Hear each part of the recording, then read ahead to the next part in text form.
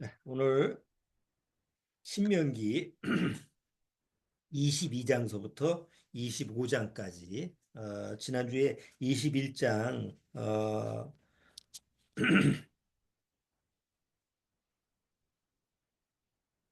9절까지 1절에서 9절까지 내용을 같이 한번 살펴봤죠. 오늘은 신명기 21장 10절서부터 25장까지 전체 내용을 다 살펴보지 않고 그 어, 지금 21장서부터 25장까지의 내용은 하나님이 이스라엘 민족이 하나님이 약속의 땅에 들어갔을 때, 가나안 땅에 들어갔을 때 어떻게 생활을 해야 되느냐는 어떤 생활적인 규범이에요. 생활적인 규례예요. 그래서 여기 보면 뭐 여러 가지 내용이 나와 있어요. 뭐 이런 때 이렇게 하고 저런 때 저렇게 하고 보통 우리나라도 뭐 민법, 뭐 형법, 상법, 뭐 여러 가지 뭐 법이 있잖아요. 그리고 기본적으로 뭐 교통법규도 있고 우리가 사회생활하면서 지켜야 될 법이 이렇게 만들어진 것처럼 하나님도 이스라엘 민족이 가나안 땅에 들어가서는 지멋대로 살지 말고 이제 하나님이 원하시는 그런 백성으로 하나님 백성으로 살아야 되는데 이제 이런 상황 저런 상황 막 이런 게 벌어지잖아요. 그래서 미리미리 하나님이 이런 때는 이렇게 조치를 취해라. 아직 이런 일이 벌어진 게 아니에요. 아직 이런 상황이 벌어진 게 아니고 하나님이 미리 아셔서 이런 때는 이렇게 조치를 취해라. 저런 때는 저렇게 처리를 해라. 이제 이런 부분을 생활 규범으로 말씀해 주신 거예요. 그래서 뭐 그 중에 몇 가지만 한번 볼게요. 아, 15절에 보면 21장 15절,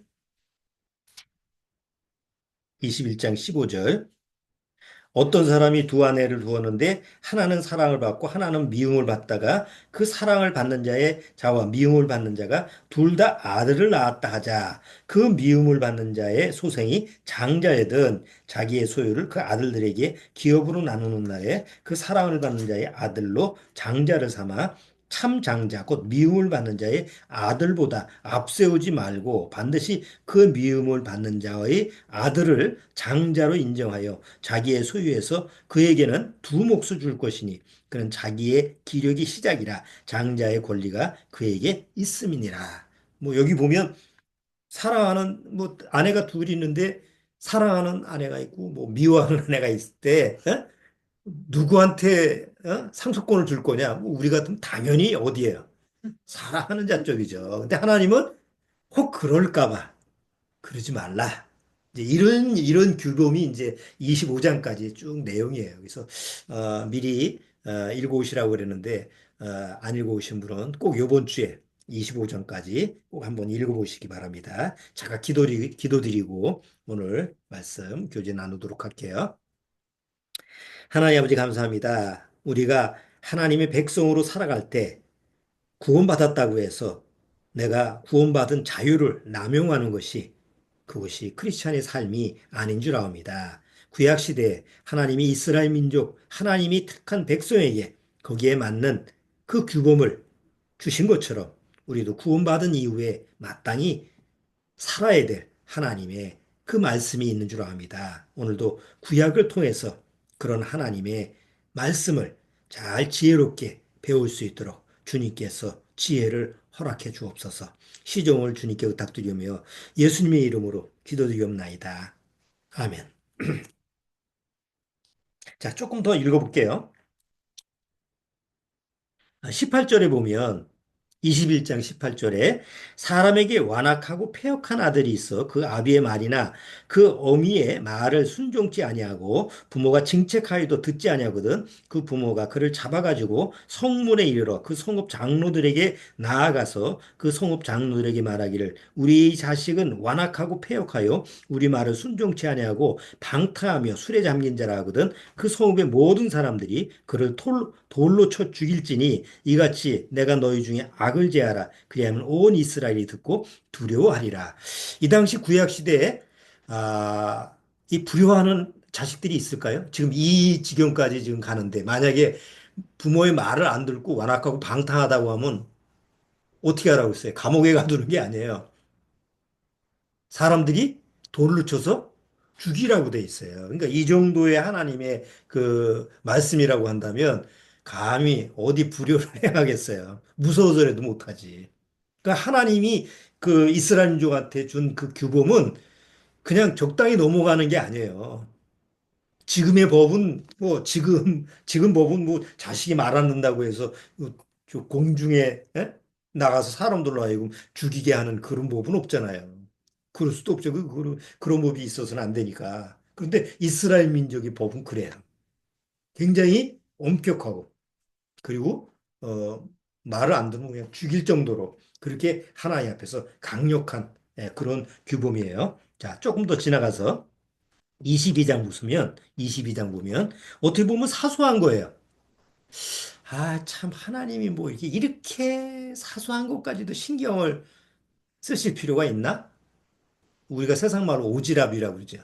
아이고 쓸데없이 간섭하는 그런 부분처럼 아니 뭐 이런 것까지 다 하나님이 신경 쓰셔. 이런 정도의 그런 법이에요. 규범인데 내 형제의 우양에 기르는 것을 보거든 못 본 채 하지 말고 너는 반드시 끌어다가 내 형제에게 돌릴 것이요. 내 형제가 내게서 멀거나 내가 혹 그를 알지 못하거든 그 짐승을 내 집으로 끌고 와서 내 형제가 찾기까지 내게 두었다가 그에게 돌릴지니 여기 보면 길을 지나가는데 그 내가 아는 사람의 그 길 잃은 양이에요. 동물들이에요. 그럼 내가 지금 갈 길이 바빠. 아니 한가하면 뭐 대다도 주고 그러지만 내가 지금 급히 가야 돼. 그럼 어떻게 해요? 그냥 가야지. 어? 그럼 뭐 그걸 챙겨주나? 내가 지금 바빠 죽겠는데. 그런데 하나님 뭐라고 하냐면 그러지 말라. 그냥 지나치지 말고 꼭 찾아주라고 그러는 거예요. 아니 이런 것까지도 그렇게 굳이 하나님이 신경 쓸 필요가 있을까요? 뭐 찾아주든 말든 뭐 그게 뭐 하나님하고 무슨 상관이 있다고. 자, 그런데 상관이 있어요. 여기 3절에 한번 보세요. 낙이라도 그리하고 의복이라도 그리하고 무릇 형제의 일은 아무 것이든지 내가 얻거든 다 그리하고 못 본 채 하지 말 것이며 아니 이게 동물뿐만 아니라 동물은 그래도 값이 나간다고 치지. 아 지나가도 옷 버려진 옷 아니면 뭐 하다못해 뭐 어디 생활 뭐 소쿠리라도 하나라도 만약에 아 이거 아무개집 건데 그럼 그냥 넘어가면 안 된단 말이에요. 꼭 돌려주게 돼 있어요. 자, 5절 보세요. 여자는 남자의 의복을 입지 말 것이요. 요새는 뭐 남자 옷이 여자 옷이 없잖아요. 구분이. 예? 그리고 또 뭐 그런 규례로 보면 영국 같은 부분 뭐 여자 스커트 같은 거를 군인들이 입잖아요. 그 남자 옷하고 여자 옷의 구분점이 뭔지 모르겠지만 아마 그 당시에는 하나님이 이스라엘 민족한테 여자 옷이나 남자 옷이라는 것을 구분하신 것 같아요. 왜냐하면 남자와 여자를 딱 정확하게 구분하기 위해서. 요새 뭐 트랜스젠더 뭐 해가지고 남녀 구분이 없잖아요. 자, 6절. 노중에서 나무에나 땅에 있는 새 보금자리에 새 새끼나 알이 있고 어미새가 그 새끼나 알을 품은 것을 만나거든 그 어미새와 새끼를 아울러 취하지 말고 어미는 반드시 놓아줄 것이요 새끼는 취하여도 가하니 그리하면 내가 복을 누리고 장수하리라. 아니 뭐 그 당시에는 뭐 수렵 같은 것도 해야 되니까 그래서 뭐 새 알이라든가 이런 걸 취해서 이렇게 먹고 그래야 되는데 지나가다가 새 어미새가 이제 알을 품었는데 알을 수거하는 건 괜찮지. 알을 수확하는 건 괜찮은데 어미는 놓아주라 그러면 또 가서 알 낳으면 되니까. 근데 이게 네가 장수하고 복을 누릴 조건이 된다라는 건 조금 의아스럽잖아요. 뭐 새 한 마리에 그렇게 복을 주시고 안 주시고 그래. 그러니까 뒤에 내용을 이 5장까지 보면 이런 세세한 생활적인 예예요. 집을 짓더라도 집을 짓때 그러니까 우리 같은 데는 이렇게 뭐 이게 기와집이나 뭐 이렇게 지붕이 있는데 이스라엘 중동 지방은 그냥 아파트 모양처럼 이렇게 평평하게 직사각형 이런 거잖아요. 주로 중동집 이렇게 보면 그때 옥상에 난간을 꼭 만들어라. 혹시 뭐 거기 사람들이 올라가서 떨어질까? 뭐 이런 부분에 대해서 아니, 왜 그런 부분까지도 신경을 쓰실까? 이제 우리 생각은 이제 그래요. 근데 그런 행위적인 것을 보지 말고 초점은 그 마음의 초점을 봐야 돼요. 하나님이 여기서 기록하신 내용은 뭐냐면 사람의 마음의 깊은 속까지 헤아리시는 분이기 때문에 너는 본성적으로 어떤 마음을 가지고 있느냐? 지나가다가 형제 뭐, 길 잃은 양 염소 보면 틀림없이 넌 지나가 심보가. 어디 너, 네 아는 사람 뭐 물건이 있는데 넌 뭐 그런 물건 뭐 나하고 아무 상관없이 지나갈 수 있는 그런 마음 상태를 가지고 있지. 너는 꼭 새하고 알을 보면은 아이고 이거 웬 떡이냐 해가지고 새 어미새서부터 알까지 다 취해오는 게 본성적으로 네가 가지고 있는 탐욕이야. 집을 꼭 지더라도 안전하게 짓지 않고 대충 지어가지고 그래서 무너지는 거 아니에요. 뭐 대교 무너지고 어디 건물 무너지고 지금도 똑같이 현상이 벌어지죠. 중간에 떼먹어가지고. 이게 인간의 본성이라는 거기 때문에 하나님이 여기 생활 규범을 이렇게 쭉 적으신 것 같지만 여기에는 하나님이 너희의 본성은 본질적으로 너희는 X야. 내가 없으면 내가 너희의 통치자가 되지 않으면 내가 너희를 다스리지 않으면 너희들은 스스로 잘 알아서 살아갈 수 있는 그런 민족들이 아니야, 족속들이 아니야 라는 것을 여기서 이제 가르쳐 주시는 거예요. 그러니까 행위적인 규범으로 보면 이해가 안 되죠. 아니 뭐 알을 취하고 어미는 놔주고 알 취하는 게 그게 장수하고 복 받는 비결이라고 한다면 그거 참 이상스럽다. 근데 이건 뭐예요? 본질적으로 너희는 그런 탐욕이 있기 때문에 그런 부분에 대해서 하나님 말씀을 순종을 하면 자기의 본성적인 악을 쫓아가는 게 아니잖아요. 이걸 행위적으로 지켜서 복 받는다는 게 아니에요. 그러니까 여기 25장까지 전체적인 내용을 보면 결국은 우리 신명기가 주제가 뭐라고 그랬죠? 신명기의 주제가 순종이라고 그랬죠. 순종.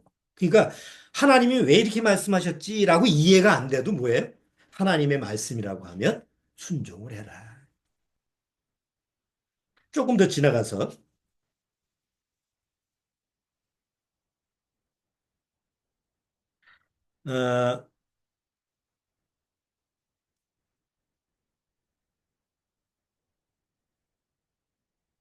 13절 한번 보시죠. 23장 13절. 뭐 여러 가지 내용이 쭉 있는데 그건 여러분들이 한번 읽어보시고 자, 12절. 자, 12절 같이 한번 읽어보죠.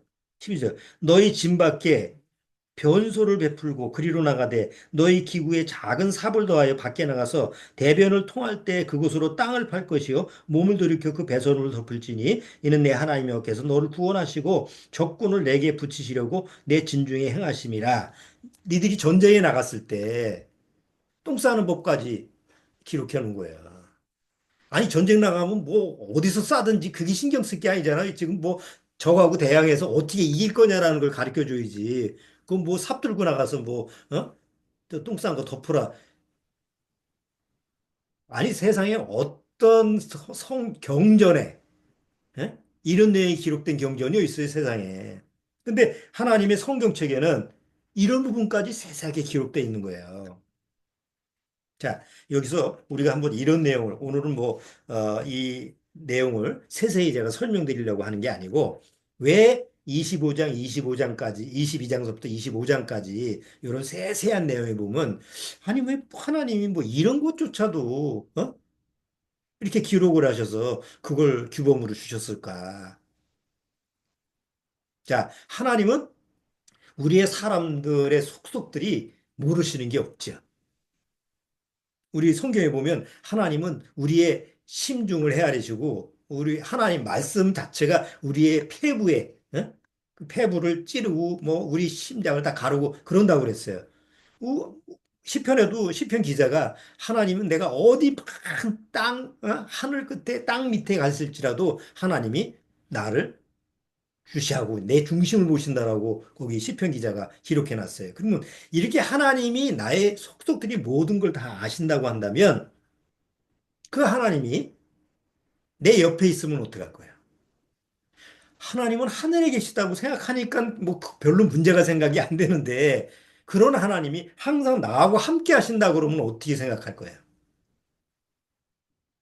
내 먹는 거, 내가 똥 싸는 것까지, 내 숨 쉬는 것까지, 모든 걸 다 세세하게 간섭을 하고 이래라 저래라 뭐, 이런 것까지 하나님이 다, 그거를 나를 세심하게 보신다고 하면 그냥 하늘에 계시다고 그러니까 우린 그냥 넘어가지. 나를 그런 하나님이 나를 직접 통치하신다고 하면 과연 견딜 수 있겠냐. 이스라엘 민족도 마찬가지예요. 이스라엘 민족은 항상 하나님은 하늘에 계시지라고 생각하는 거예요. 그러니까 이런 말씀을 해도 그냥 내가 지키면 되지 뭐. 못 지키면 말고 이렇게 생각을 했던 거예요. 순종이라는 게 그런 게 아니죠. 순종이라고 하는 것은 하나님이 멀리 계시든 가까이 있든 관계없이 그 말씀이 나한테 주어지면 어떻게 하라고요? 그대로 순종하게 돼 있는 것이 그게 바로 하나님의 명령이고 하나님이 원하시는 거거든요. 예, 우리나라에 지금서부터 1000년 전에 궁예라는 사람이 있었죠. 아주 유명한 TV에서도 드라마에 나오잖아요. 궁예가 뭘 하죠? 관심법을 씁니다. 원래 불교에서 관심법이라고 하는 것은 자기의 마음을 들여다보는 거예요. 그러니까 자기를 관찰하는 거죠. 그런데 자기를 관찰하는 게 아니고 밑에 신하들, 누가 기침을 하였는가? 그래서 하면서 그 드라마에 보면 관심법으로 해서 마음에 안 드는 또 대드는 그런 신하 있으면 너 오늘 뭔가 수상해. 나는 신통력이 있어. 네 마음을 다 들여다봐. 그래서 가차없이 그냥 그 앞에서 죽여버리죠. 근데 하나님의 관심법이라고 한다면 하나님은 거짓말로 궁예처럼 거짓말을 하는 게 아니라 실제로 내 속을 다 들여다보시잖아요. 모르시는 게 없잖아요. 그리고 나의 과거, 현재, 미래를 아시고 나의 결말이 어떻더라. 나는 나 자신도 모르는데 하나님은 나 자신에 대한 과거, 현재, 미래를 다 아시는 거예요. 내 생각을 다 아시고. 자, 그러면 그 하나님이 나와 늘 함께 하신다고 했을 때 과연 나는 그 하나님을 나의 주인으로, 나의 왕으로 모실 수 있겠냐. 그냥 나하고 멀리 계시다고, 지금 나하고 함께 계시는 게 아니야. 멀리 계셔. 이렇게 생각하니까 그냥 지금 내가 살고 있는 거지. 나의 속속들이 다 아시는 그 하나님이 내 옆에서 나를 감시하고 나를 통제하신다라고 하면, 아이고, 나 뜨거워라. 같이 못 되겠어요. 그럴 거예요. 자, 오늘, 이제 신명기 22장, 25장까지 내용을 통해서 우리가 이제 조금, 한번 생각해 봐요. 이 마지막 때에 생각해 봐야 될 게 뭐냐면, 하나님이 원하시는 나라가 어떤 나라냐? 하나님이 왕이 돼서 통치하는 나라예요. 물론 하나님이 직접 뭐 내려와 가지고 통치하고 이런 게 아니라 하나님이 그들의 그 영혼의 왕, 정말 그들을 다스릴 수 있는 그 왕이 되셔서 이스라엘 민족을 다스리는 그런 그 마음을 가지고 계신 분이 하나님이고 그래서 누구를 택한 거예요? 이스라엘을 택한 거예요. 그래서 시편을 계속 보면 하나님은 뭐라고 그래요? 나의 왕이시고, 나의 주시고, 나의 왕이시라고 그러죠? 왕중 왕이시고. 하나님이 원하시, 정말 시편 기자 중에서 하나님을 왕으로 믿음으로 받아들인 사람은 나의 왕이시여 그러는 거예요. 그런데 그게 소화가 안 된 사람, 그게 이 마음속에서 받아들이지 않는 사람은, 에이, 그 뭐 하나님은 하늘에 계셔야지. 그래서 이스라엘 민족이 뭘 구했어요? 왕을 구했잖아요. 사무엘 선지한테. 우리도 다른 나라, 주변 이방 나라처럼 왕을 세우면 아주 나라가 잘 될 것 같은데. 그래서 구하지 말라고 그러는데 구해서 초대 왕이 사울 왕이고. 그리고 이제 다윗 왕, 솔로몬 이렇게 해서 왕정 시대가 시작된 거죠. 그런데 이스라엘 민족의 왕정 시대에 마지막 왕까지 그 이스라엘의 뭐 몇 백 명도 안 되는 그 왕들 중에서 하나님의 말씀대로 이스라엘 백성을 다스린 왕이 몇이나 돼요. 손으로 꼽을 정도. 우리가 잘 아는 뭐 다윗 왕, 솔로몬은 잘 가다가 나중에는 그냥 격일로 가버리고 뭐 요시야 왕, 히스기야 왕, 뭐 이런 정도. 그치? 한 손가락으로도 해야 돼. 한 손으로 꼽아야죠. 또. 나머지는 다 하나님 앞에서 악한 왕. 그리고 악한 왕 때문에 이스라엘 민족은 결국은 하나님 앞에서 아주 고난을 겪는 그런 모습 아니에요. 자, 어, 우리가 오늘 이제 제가 이제 얘기하고 싶은 것은 음, 하나님이 성경을 기록하면서 이스라엘 민족한테 이제 하나님이 왕으로서 통치하는 그걸 원하셨는데 왜 원하셨느냐? 앞으로 너희를 다스릴 진짜 왕이 온다. 라는 것을 이제 구약서부터 계속 하나님이 이스라엘 민족한테 이제 얘기를 한 거예요. 어, 처음 왕국이 뭐, 이제 우리가 왕국서부터 하죠. 왕국이 뭐죠? 우리는 보통 지금 이제 나라라고 하잖아요. 나라. 뭐, 대한민국, 일본, 뭐 다 나라라고 그러죠. 왕국이라는 말을 안 쓰죠. 영국. 왕이 있어도 왕국이라는 말 안 쓰죠. 왜? 왕이 통치를 안 하잖아요. 영국에 왕이 있어도 왕이 통치는 안 하죠. 일본에 지금 왕이 있죠. 그런데 일본을 왕국이라고 하지 않죠. 지금은 왕이 다스리는 나라가 없어요. 그래서 그냥 왕국이라는 말을 안 써요. 근데 성경에는 계속 왕국이라는 말이 나와요. 그래서 이게 여호와의 증인들이 이 왕국이라는 말을 써서 그런 말을 보통 이 교회에서 개신교에서 잘 안 써요. 근데 성경에 보면 킹덤 오브 헤븐 왕이 다스리는 나라가 왕국이에요. 이스라엘 민족이 이제 하나님이 선택하기 전에 하나님이 이 세상을 창조할 때 왕국이 하나 있는데 그게 에덴 왕국이었죠. 그럼 에덴 동산의 왕은 누구였어요? 당연히 아담과 하와죠. 그래서 하나님이 이 세상을 창조하시고 그 다음에 하나님의 형상을 닮은 아담과 하와를 창조하셨을 때 뭘 다스리라고 했어요? 하나님이 창조한 이 세상을 이 세상을 다스려라. 그리고 통치하라는 말을 쓰죠. 통치. 통치는 누가 하는 거예요? 왕이 하는 거잖아요. 그러니까 초대 왕은 사실 인류에서 초대 왕은 아담이에요.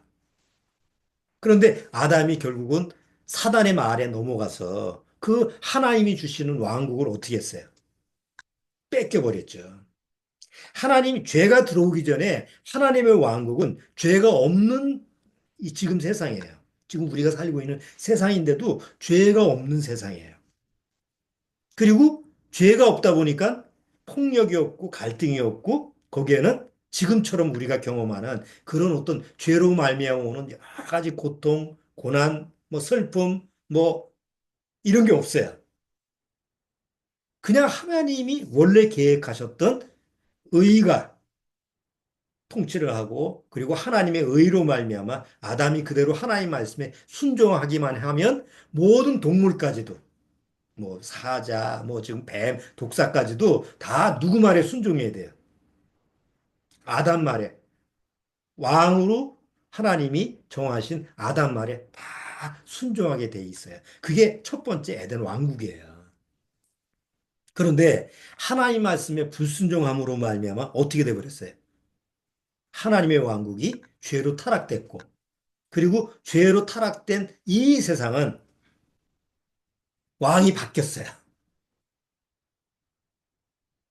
사단한테 뺏겨서 이 세상 나라는 다 사단의 나라가 되고 사단의 왕국이 된 거예요. 그래서 성경에서 예수님이 오셨을 때 계속 얘기하는 게 이 세상 임금이 올 거다. 이 세상 임금, 이 세상 왕이 올 거라는 거잖아요. 그거만 찾아볼까요? 자, 요한복음 12장을 한번 보세요.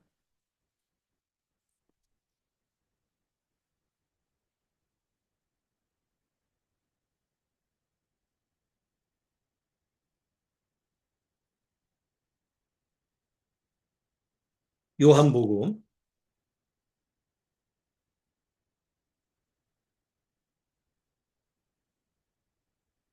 요한복음 12장.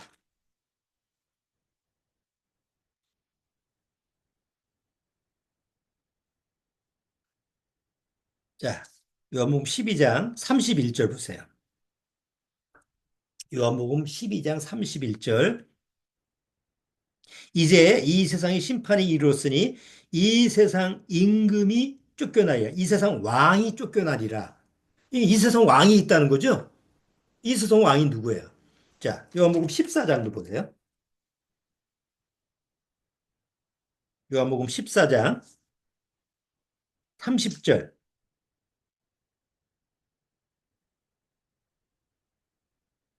요한복음 14장 30절. 이후에는 내가 너희와 말을 많이 하지 아니하리니 이 세상 임금이 오겠음이라. 그러나 저는 내게 관계할 것이 없으니 이 세상 임금 또 여기 이 세상 왕이라고 있어요. 16장에도 보세요. 요한복음에 계속 그게 강조가 돼요. 16장 11절. 자, 11절. 심판에 대하여라 하면 이 세상 왕이 심판을 받았음이니라. 그러니까 성경에서 얘기하는 거는 원래 하나님이 이 세상을 하나님이 통치하시는 그래서 하나님이 택한 아담을 왕으로 세우는 그런 하나님의 의의 나라가 정의의 나라가 거짓이 없는 그 하나님의 나라가 이 지상에서 세워져야 되는데 거기에 왕으로 세운 아담이 하나님 말씀에 순종하지 않고 사단 말을 들어오는 말미암아 이 하나님이 창조하신 왕국이 사단한테 넘어간 거야. 그래서 그 이후로부터 사단은 이 세상에 아담으로 태어난 모든 인간들의 죄를 이용을 해서 지가 왕 노릇하게 만든 거예요. 사단이 나서서 내가 왕이다라고 한 적 없어요. 성경에. 그렇죠? 사단이 난 이 세상 왕이다 이렇게 한 적이 없어요. 예수님하고 세 번 시험 나갈 때 뭐랬어요? 이 세상은 나한테 넘겨준 것이기 때문에 나한테 절하면 줄게 이렇게 얘기를 하죠. 원래부터 내 거야 이렇게 한 적이 없어요. 그러니까 사단의 죄의 종로로 타는 모든 그 죄인들 안에 죄라는 게 뭐예요? 하나님을 무시하고 지가 임금, 지가 왕노릇 하는 게 죄의 근원이잖아요. 그래서 모든 사람으로 하여금 지가 왕노릇하게 살아가게 이게 속이는 게 사단이에요. 그리고 보이지 않는 왕으로. 그래서 하나님이 이 세상을 어떻게 해요? 하나님을 왕으로 인정하지 않고 지가 왕노릇하니까 이걸 이 세상을 그냥 놔두겠어요? 아니면 심판해서 없애야 되겠어요? 그래서 이 세상을 심판하는 거예요. 근데 이 심판하는 그 결정적인 시작점이 언제냐? 진짜 왕이 왔을 때. 진짜 이 세상에 왕이 왔을 때 이 세상을 하나님이 심판한다. 왜? 하나님이 이 세상에 진짜 왕을 보내실 때는 이 죄의 세상이라고 하는 것은 이 죄의 세상이라고 하는 것은 이제 그냥 그대로 유지하면 안 되는 것 때문에. 자, 그런데 이 세상 왕이 누구냐면 바로 하나님의 아들 예수님이에요. 그것까지는 우리가 다 알잖아요. 그래서 하나님의 아들 예수가 이 세상 왕으로 이렇게 보내셨는데 이 세상이라는 게 하나님이 주신 하나님의 아들한테 주시는 그 세상이라는 것은 지금 우리가 살고 있는 세상은 아니에요. 왜? 다 죄의 세상이니까. 그래서 하나님이 어떤 세상을 그 하나님이 이 보내시는 하나님의 아들을 왕으로 세워서 그 왕국을 이룰 거냐. 그래서 하나님의 계획 속에서 만들어 놓은 게 앞으로 이 세상에 지금 우리가 살고 있는 이 세상에 하나의 왕국이 세워지는데 그게 바로 천년왕국이다라고 말씀을 하시는 거예요. 천년왕국 우리가 많이 들어봤잖아요. 그런데 보통 교회 나가는 사람들은 천년왕국이라고 하는 데에서 별로 관심도 없고 들어보지도 않고 그런 설교를 안 해요. 특히 우리나라 교회는 주로 장로교 중심이기 때문에 장로교는 무천년설이에요. 무천년설은 뭐 천년왕국이 없다. 그러니까 천년왕국이 없다고 가르치고 그렇게 대다수 교회에서 천년왕국이 없는데 그걸 얘기 설교할 필요가 없잖아요. 그러니까 들어본 기억이 없는 거예요. 그럼 천년왕국하면 왕국회가 여호와의 증인 얘기하는구나 이렇게만 생각하지 왕국이라는 말 자체만 하면 그냥 다 놀래가지고 어이구 이 왕국하면 문제가 생겨. 그런데 실제로 하나님이 성경을 통해서 구원보다 중요하게 얘기하는 메시지가 왕국이에요. 근데 구원은 굉장히 강조하면서도 구원받은 사람이 결국 어디에 가서 이제 왕으로서 하나님이 주시는 그런 왕권을 가지고 오시는 예수님 그 밑에서 분봉왕으로서 천년 동안 살 거냐 이런 부분은 중요하게 여기질 않잖아요. 구원받고도 마찬가지예요. 다 구원받고도 아유 이제 구원받았으니까 어디 가면 끝이요? 천국 가면 끝이라고 생각하죠. 근데 천국하고 왕국은 달라요. 천국은 그냥 하늘 나라예요. 우리 찬송가 보면 천년왕국이라는 내용이 없어요. 그냥 다 뭐에 대해서 부르죠? 다 천국을 소망하고 죽음을 천국 간다라는 찬송이고 장례식 때 찬송 부르면 다 천국 가는 찬송이지 천년왕국 들어간다는 그 찬송은 없어요. 그러니까 그만큼 사단의 역사가 가장 중요한 그 핵심적인 부분은 그냥 가르치지 못하게. 예? 이거 그렇게 이제 피규어 속이면 넘어가죠. 연결중입니다. 잠시만 기다려주세요.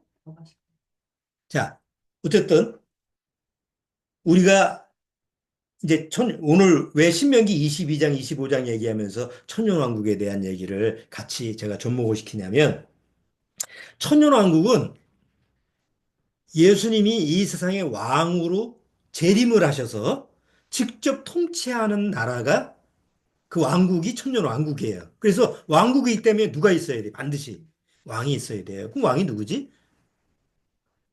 예수님이에요. 그래서 예수님이 재림하신 이유가 그거예요. 괜히 초림 예수님이 이 세상에 와서 우리의 죄를 다 담당해서 십자가에 죽으신 건 뭐예요? 천년왕국을 준비를 해야 되잖아요. 어차피 예수님이 천년 동안 왕국을 다스려야 되는데 백성이 없는데 왕 혼자만 있어가지고 뭐 천년 동안 누굴 다스려요? 그치? 백성이 있어야 되잖아요. 근데 이 세상을 보니까 하나님의 백성이 있어야 되는데 다 사단의 백성이야. 다 죄인들이야. 그러니까 먼저 하나님의 백성을 만들어야 돼요. 하나님의 백성을 모아야 돼요. 그래서 예수님이 초림 예수님은 바로 백성들의 하나님의 백성들의 죄를 대신 짊어지고 그 죄를 사함으로 말미암아 천년왕국에 들어갈 수 있는 길을 열어주는 거예요. 천국 가는 길을 열어주는 게 아니고 바로 천년왕국에 가는 길을 열어주는 게 바로 예수님의 십자가의 죽음이에요. 뭐 어차피 천국 가잖아요. 그러니까 천국은 가는데 그 전에 가야 될 나라가 있다니까. 그러니까 그걸 빼놓으면 안 돼. 무조건 천국만 가는 게 아니고 영원한 천국을 가기 전에 바로 왕으로 오시는 예수님이 통치하는 그 나라에서 예수님과 함께 천년 동안 사는 거예요. 지금 우리가 이 세상에 사는 건 고작 몇 년 살아요. 오래 살아도. 100년 안쪽이잖아요. 뭐 장수한다고 해도 200살까지는 못 살잖아요. 100년인데 앞으로 몇 년을 살아야 돼요? 1000년을 살아야 돼. 어디서? 이 세상에서. 우리가 살던 이 세상에서. 자, 그런데 지금까지는 하나님이 하늘에 계시니까 뭐 신명기에 나와 있는 그 내용을 봐도 아무 상세하게 이래라 저래라 해도 하나님은 멀리 계시니까 의식을 못 하는데 천년 동안 사는 천년왕국은 직접 예수님이 나의 왕으로 계시는 거예요. 그런데 신명기에 보니까 그 왕이신 예수님이 모든 걸 세세하게 다 알아.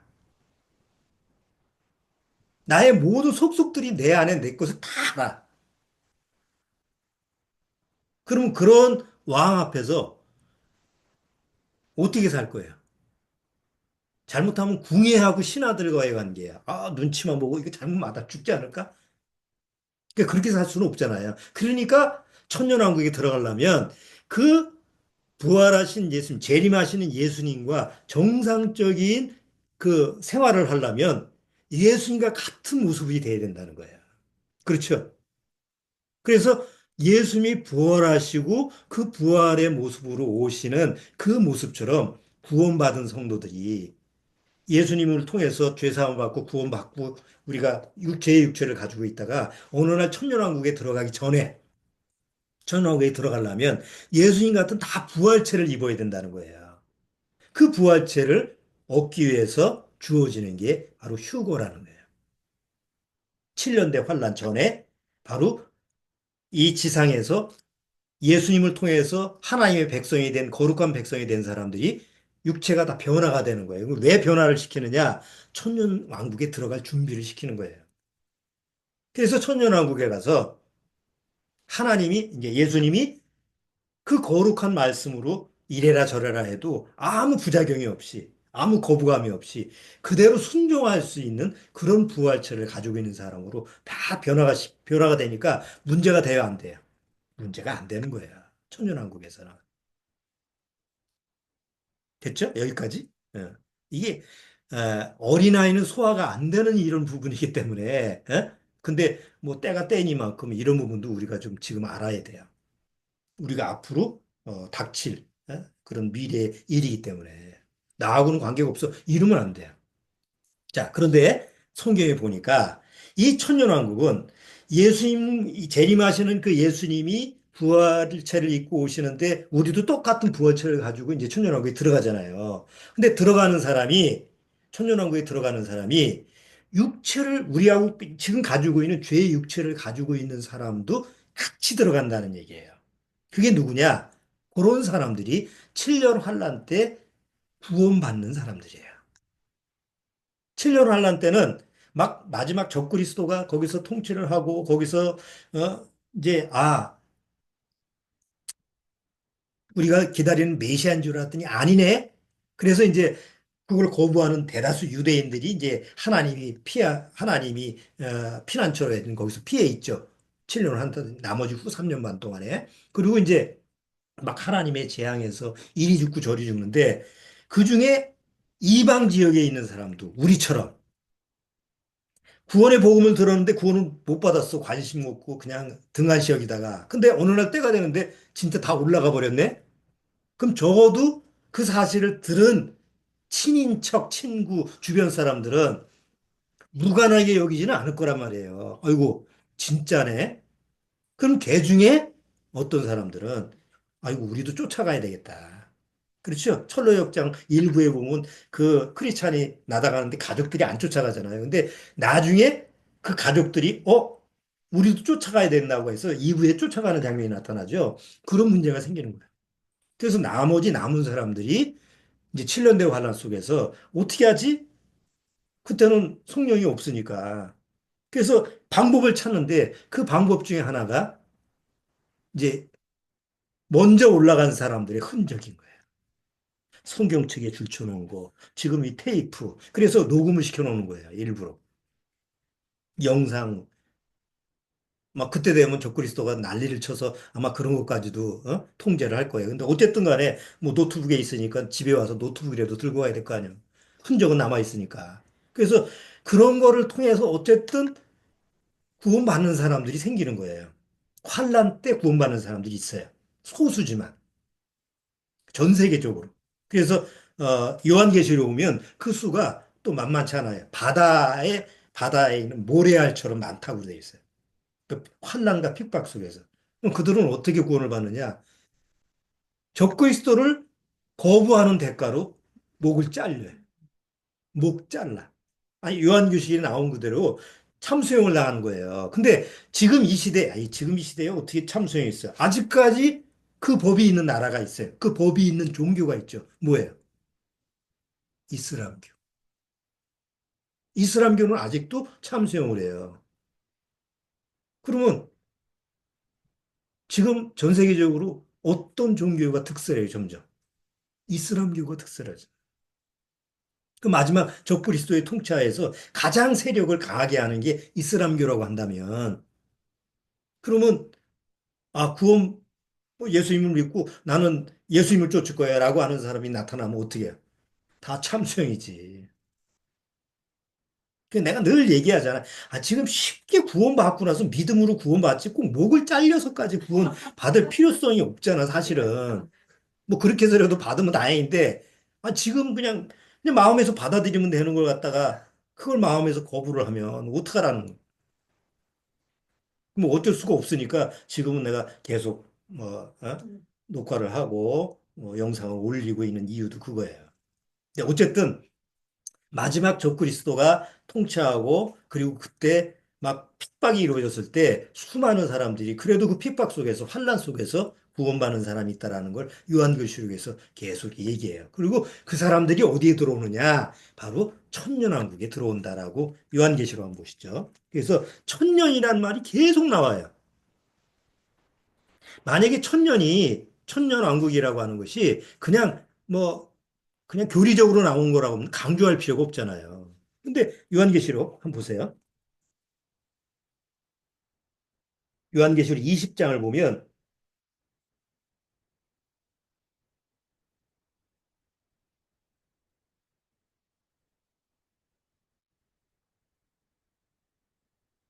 자, 요한계시록 20장.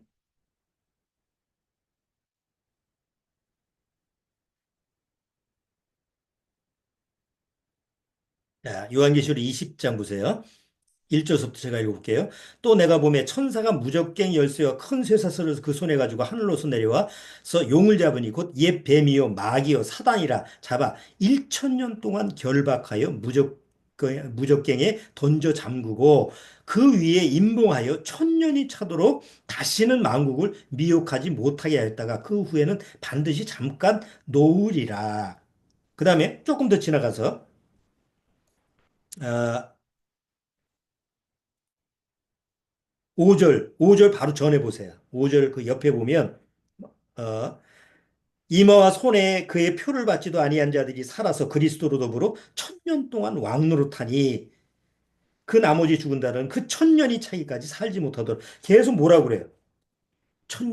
천년 얘기하죠. 그다음 6절 첫째 부활에 참여하는 자들은 복이 있고 거룩하도다. 둘째 사망이 그들을 다스리는 권세가 없고 도리어 그들이 하나님과 그리스도의 제사장이 되어 천년 동안 그리스도로 더불어 왕노릇하리로다. 자, 그러면 요한계시록에는 지금까지는 이 세상의 임금이 누구예요? 사단이잖아요. 지금도 사단이 역사하고 있죠? 근데 천년왕국에 딱 들어가면 더 이상 이 세상을 통치하고 속였던 사단 마귀들이 다 어디로 들어가요? 하나님의 무적객 속에 다 가둬놓는 거예요. 그러면 천년왕국의 세상이라고 하는 것은 더 이상 뭐가 없어요? 악이라는 세력이 없는 거예요. 그럼 세상에 악이 없으면 옛날에 죄가 없었던 에덴 동산으로 다시 돌아가는 거죠. 아이고, 지금 자연환경이 이렇게 파괴가 되고 쓰레기 천지고, 그 다음에 여전히 동물의 세계는 약육강식이고 그럴 텐데요? 아니에요.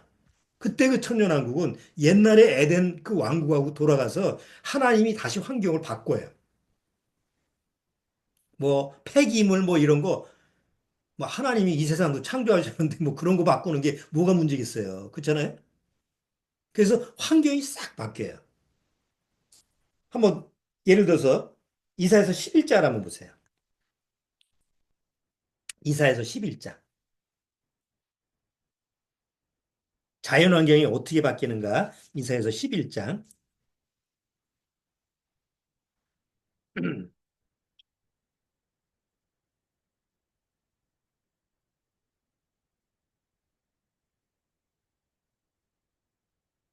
자, 이사에서 11장 1절 볼게요.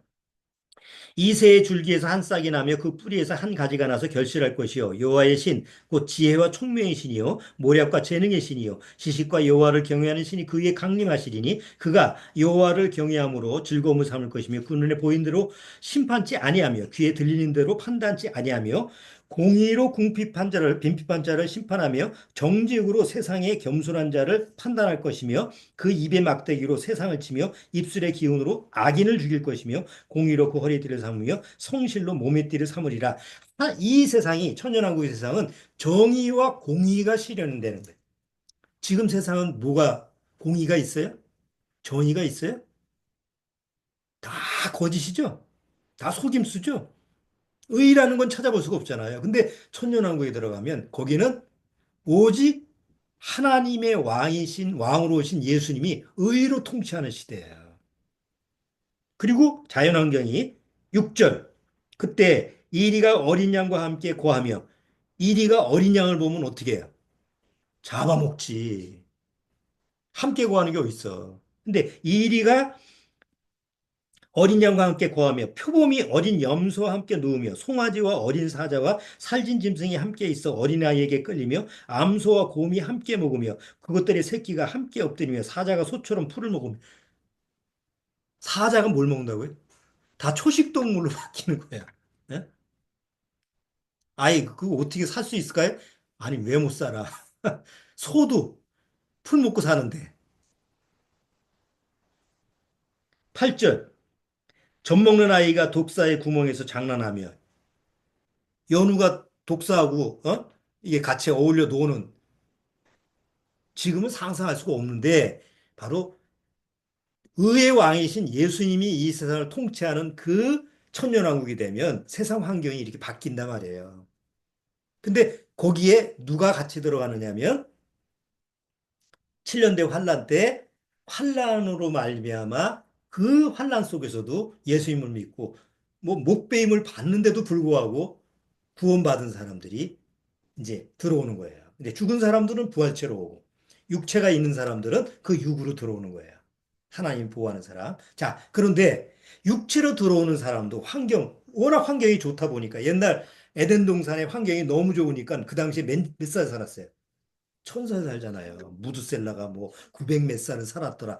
그런 환경으로 돌아가니까 천년왕국에도 환경이 바뀌다 보니까 이제 막 100살이 아니고 막 1000살까지 사는 거예요. 이렇게. 그러면 육체로 돌아오는 사람들은 몰라요.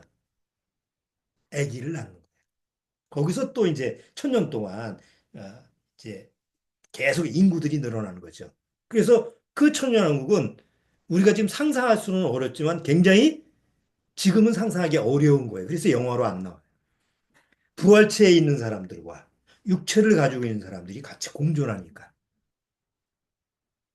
자, 근데 문제는 육체로 태어난 사람들이 다 진짜 예수님이 왕이 통치를 하니까 죄의 본성은 있잖아요. 죄의 본성이 있으니까 아까처럼 새하고 알하고 같이 먹고 싶은 탐욕이 생기고, 지나가도 이웃의 집을 안 챙기고, 뭐 이런 정도의 마음 상태를 가지고 있는 사람들이 여전히 계속 천년 동안 태어나는 거예요. 근데 의가 통치를 하니까 이게 분출이 안 되는 거예요. 그럼 한번 생각을 해보세요. 정말 하나님을 믿고 이제 우리처럼 부활체를 가지고 있는 사람들은 하나님의 말씀에 그 거룩한 그 삶에 아무 거부감이 없지만 죄를 가지고 있는 사람들 입장에서는 이런 하나님 말씀에 뭘 가지고 있을까요? 거부감을 가지고 있어요. 답답해.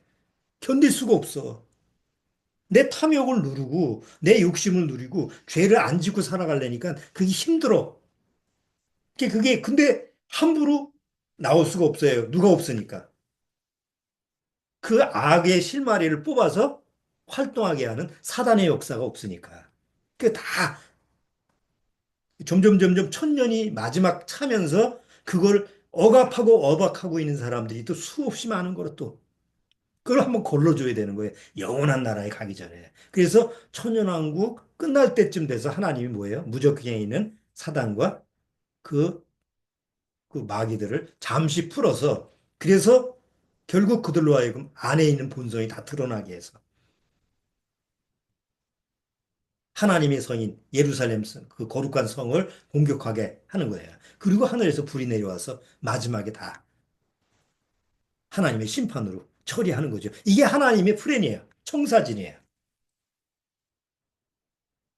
그러니까 거기까지 우리가 소화를 하고 있어야만이 이제 성경을 통해서 하나님의 왕국하면 나하고 관계가 없는 게 아니고 내가 들어가야 될 나라구나라는 것을 이제 연결시켜서 볼 수 있는 거예요. 이 신약을 보면 왕국이라는 말이 계속 많이 나오는데 우리말 번역이 잘못돼. 그걸 다 천국이라고 번역을 해서 그게 안 들어오는 거예요. 천국? 죽으면 가는 곳이구나. 이렇게 되니까 성경이 안 풀려요.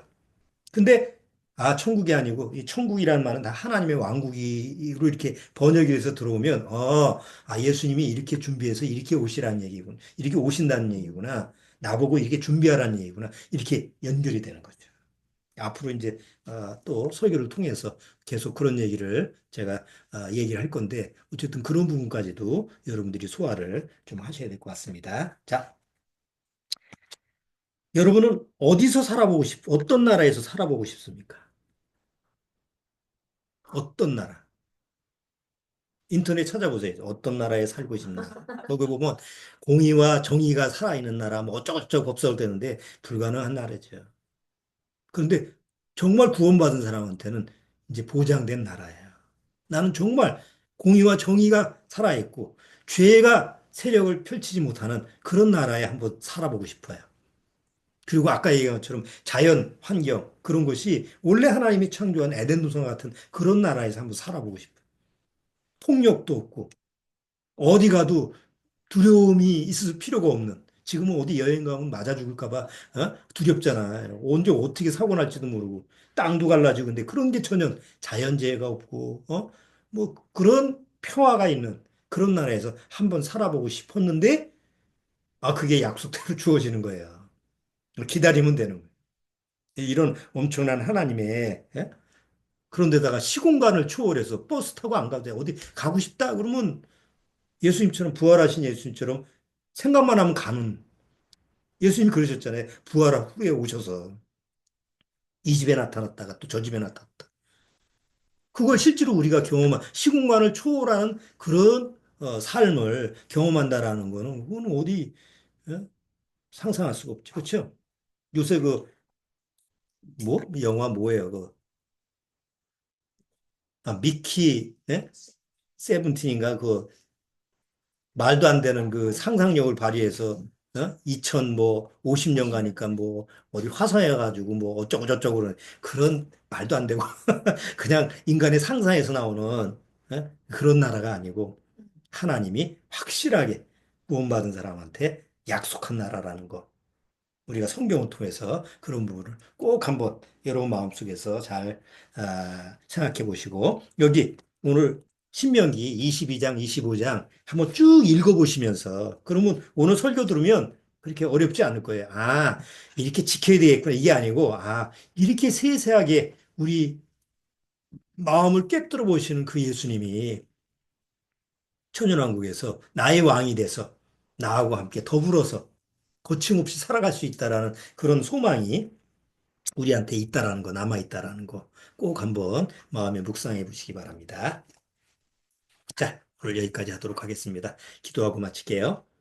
하나님 아버지 감사합니다. 우리가 이 세상 살아가는 것은 지금 육체를 가지고 이 험한, 이 악한 세상에서 살아내야 되는 이런 삶이 다가 아닌 줄 압니다.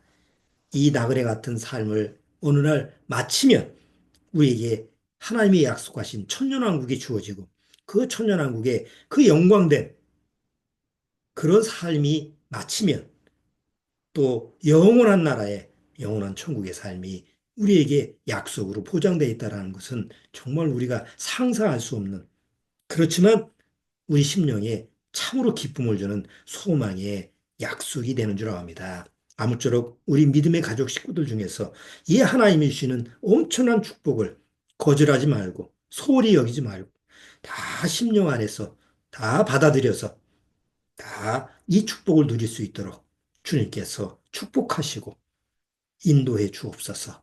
예수님의 이름으로 축원하옵나이다. 아멘. 자, 마치겠습니다.